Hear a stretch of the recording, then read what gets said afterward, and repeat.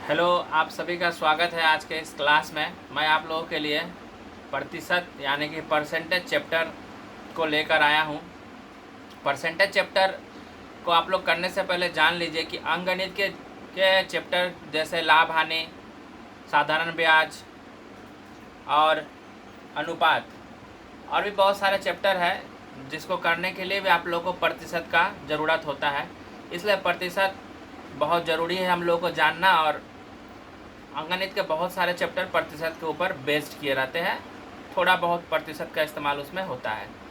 तो प्रतिशत का सवाल करने से पहले मैं आप लोगों को प्रतिशत के बारे में थोड़ा सा बेसिक नॉलेज देना चाहता हूँ। तो देखिए, किसी भी चीज़ को 100 के रूप में व्यक्त करने को हम लोग प्रतिशत बोलते हैं।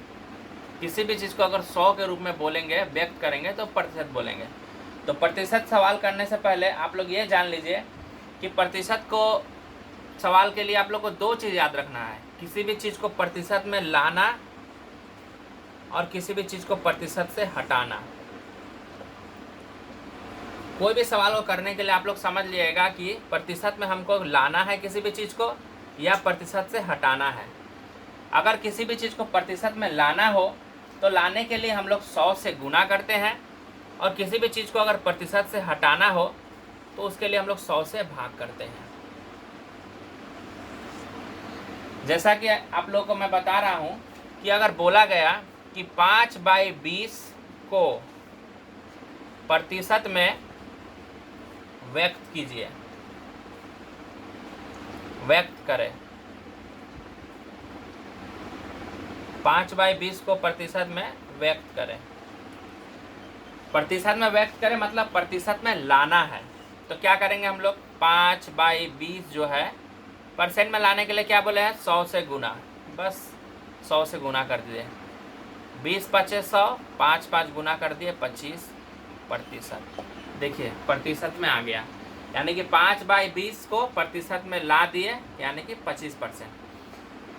अब अगर किसी भी चीज़ को प्रतिशत से हटाना हो, जैसे अगर आप लोगों को बोला गया कि 50% को भिन्न में बदलो, भिन्न में बदलो, यानी कि प्रतिशत को हटाओ। अगर सही मायने में समझे तो प्रतिशत को हटाओ। तो प्रतिशत को हटाने के लिए हम लोग 50 जो है उसमें पता ही दिए हैं, प्रतिशत को हटाना है तो 100 से भाग होगा, तो 100 से भाग कर दिए तो कितना आ जाएगा? 1/2। देखिए परसेंट का साइन था लेकिन अब परसेंट का साइन नहीं है। बस इतना चीज़ आप लोग याद रखिए, आसानी से सवाल आप लोग बना सकते हैं। बस प्रतिशत में लाना है कि हटाना है। लाना है तो 50 से गुना कीजिए और हटाना है तो लाना है तो 100 से गुना कीजिए और प्रतिशत को हटाना है तो 100 से भाग कीजिए। अब देख लिए आप लोग कि हम लोग अब इसके लिए एक और मतलब बेसिक कॉन्सेप्ट के बारे में जानते हैं कि मान लीजिए कि आप लोगों ने एग्ज़ाम दिया, 2 सब्जेक्ट का आप लोग का पेपर था। एक था मैथ्स का पेपर और एक था इंग्लिश का पेपर।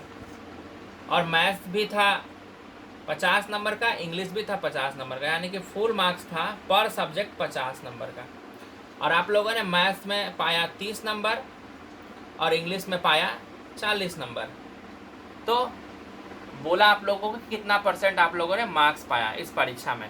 तो टोटल आप लोगों ने कितना मार्क्स का परीक्षा दिया? तो मैथ्स था 50 नंबर का और इंग्लिश था 50 नंबर का। टोटल आप लोगों ने 100 नंबर का एग्ज़ाम दिया। 100 नंबर के एग्ज़ाम में आप लोगों ने पाया 30 नंबर मैथ में, 40 नंबर इंग्लिश में, यानी कि टोटल आप लोगों ने 70 नंबर पाया। तो इसको हम लोग को बदलना है परसेंट में। कितना परसेंट मार्क्स आप लोगों ने पाया? तो परसेंट लाने के लिए 100 से गुना करना है। 100 कट गया, यानी कि आप लोगों ने 70% मार्क्स पाया। तो ये तो रहा प्रतिशत से जुड़ा हुआ कुछ कॉन्सेप्ट। अब हम लोग प्रतिशत के सवाल को लेते हैं जो एग्जामिनेशन में पूछे जाते हैं। अब आते हैं हम लोग सवाल पर।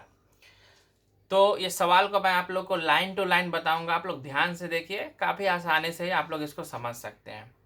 तो पढ़ते हैं सवाल। 2 प्रत्याशियों के बीच हुए चुनाव में 75% मतदाताओं ने अपने मत डाले। मतलब जितना भी वोटर था सभी ने वोट नहीं दिया, किसी किसी कारण से होता है ना, कभी कभी कोई वोट देने नहीं जाता है। इसी कारण से क्या हुआ, 75% वोटरों ने वोट दिया और 20-25% वोटर नहीं गए किसी कारण से वोट देना। और 75% जो वोट दिए उनमें से 2% अवैध कर दिए गए। 2% वोटर का कोई गिनती नहीं होगा, उसको हम लोग को हटा लेना पड़ेगा।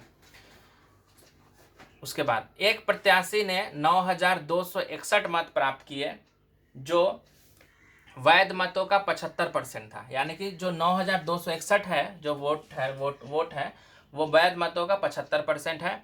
तो कुल वोटरों की संख्या बताइए, ऐसा हम लोग से यहाँ पे पूछा गया है। तो इस वीडियो को आप लोग ध्यान से देखिए, आसानी से ये सवाल बन जाएगा और इस तरह के सवाल अक्सर पूछे जाते हैं कॉम्पिटिटिव एग्जामिनेशन में। तो पहले हम लोग मान लेंगे कि कुल वोटर की संख्या x है। तो लेट टोटल जो वोटर है, टोटल वोटर्स की संख्या x है, उसमें से 75% मतदाताओं ने वोट डाले। तो वोट कितना पड़ा, x का 75%, यानी कि टोटल का 75% वोटिंग हुआ, तो x का 75%, टोटल x है।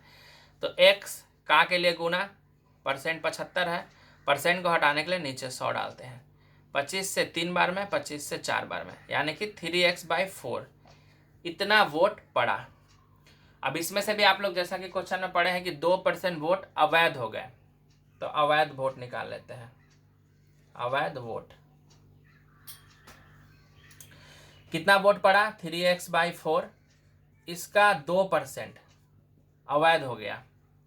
तो 3x/4 का मतलब गुना 2%, हटाने के नीचे में 100, 2 से काट दिए 2 बार में, ऊपर में 3x आया, नीचे में 200, यानी कि इतना वोट अवैध हो गए। तो वैध वोट कितना हुआ, तो हम लोग जानते हैं कि टोटल वोटिंग इतना हुआ, उसमें से अवैध वोट इतना है। अब इसको घटा देंगे तो हम लोग को वैध वोट पता चल जाएगा।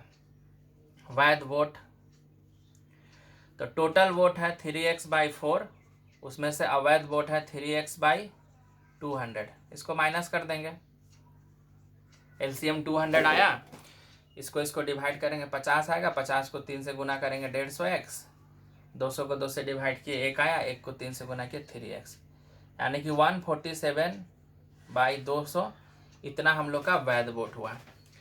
अब जितना वैध वोट हुआ, इसी में से तो 75% वोट मिला है एक प्रत्याशी को, और जो कितना है 9,261 के बराबर है। जितना भी वैध वोट पड़ा है उसका 25% 9,261 है जो एक प्रत्याशी को मिला है। तो वैध वोट कितना है 147x/200, इसी का 75% जो है वो 9,261 है जो एक प्रत्याशी को मिला है, यही ना। तो देखिए 147x/200, 75% हटाने के लिए नीचे में 100 देते हैं, जो 9,261 है बराबर यहाँ पर। अब हम लोग काटते हैं 25 के टेबल से 3 बार में, 25 के टेबल से 4 बार में। अब हम लोग 7 के टेबल से काटते हैं, तो 7 के टेबल से ये जो कटेगा 7 एकम 7, 9 में से 7 कट गया, बचा 2, 22 बना, 7 तियाँ 21, 1 बना यानी कि 16 बन गया, 7 दूना 14, 2 बचा तो फिर 7 तियाँ 21, फिर 7 से इसको काटेंगे 2 बार में और 1 बार में, ठीक है। फिर इसको काटेंगे 3 से, 3 कट गया, 3 चौका 12, 3 चौका 12, 3 एकम 3, फिर 7 से काटते हैं, 7 तियाँ 21, 7 छक 42, 2 बचा, 7 तियाँ 21, यानी कि फिर 3 से काटते हैं 21, यानी कि यहाँ पे क्या बचा, ऊपर में सिर्फ x, नीचे में 200 और 4 को किए गुना तो हो गया 800, और यहाँ पे 21, नीचे कुछ नहीं तो 1 है, 1 को 1 से मल्टीप्लाई किए 1 हुआ, 21 को 8 से पहले करते हैं 8 हुआ और 16 हुआ और 2 जीरो का 2 जीरो।